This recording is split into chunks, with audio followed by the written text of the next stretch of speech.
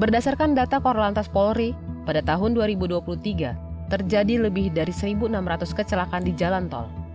87% diantaranya melibatkan truk, sementara 49% atau sekitar 800 kasus diantaranya disebabkan oleh truk odol. Kelebihan muatan dan dimensi beresiko besar menyebabkan remblong dan hilang kendali kendaraan. Hal inilah yang sering menyebabkan tabrakan beruntun di tol, seperti yang baru-baru ini terjadi di kilometer 92 Tol Cipularang.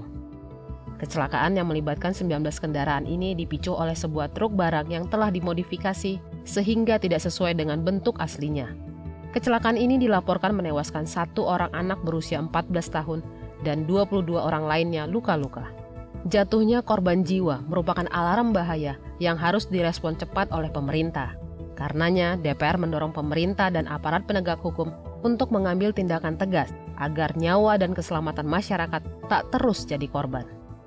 Kita berharap bahwa ada law enforcement yang bisa dilakukan oleh baik itu Kementerian Perhubungan maupun Kementerian PU dan tentunya disertai oleh Kakor Lantas agar supaya truk-truk overdimension overload ini tidak lagi bisa berjalan sebagaimana biasanya, tetapi kemudian ada penertiban sehingga dapat menekan angka kecelakaan karena selama ini yang penyumbang terbesar juga salah satunya adalah truk odol tersebut.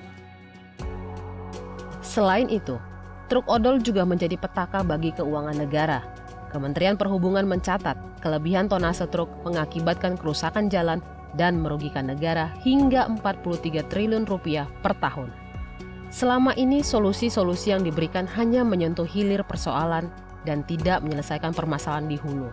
Jembatan timbang yang digadang-gadang sebagai solusi dinilai tidak menyelesaikan permasalahan odol karena pengemudi truk justru kucing-kucingan menghindari pemeriksaan. Para pengemudi kerap memarkirkan truknya di bahu jalan tol untuk menunggu jam operasional jembatan timbang berakhir. Tak jarang hal ini menyebabkan penumpukan truk di bahu jalan tol yang menyebabkan kemacetan panjang di jalan bebas hambatan tersebut. Karenanya, pemerintah harus menciptakan solusi mengakar, yaitu dengan membentuk regulasi yang mengatur ketat tata kelola angkutan barang, mulai dari pengetatan batas tonase kendaraan, pembaruan alat dan metode pengukuran kendaraan, uji kelayakan kendaraan rutin, hingga sanksi tegas bagi sopir dan pengusaha kendaraan barang. Itu kerugian kita triliunan. Ini perlu ditegakkan aturannya, ditegakkan hukumnya. Memang bagi semua truk besar yang melampaui kapasitas, memang nggak boleh gitu. Dan ini yang harus didisiplinkan.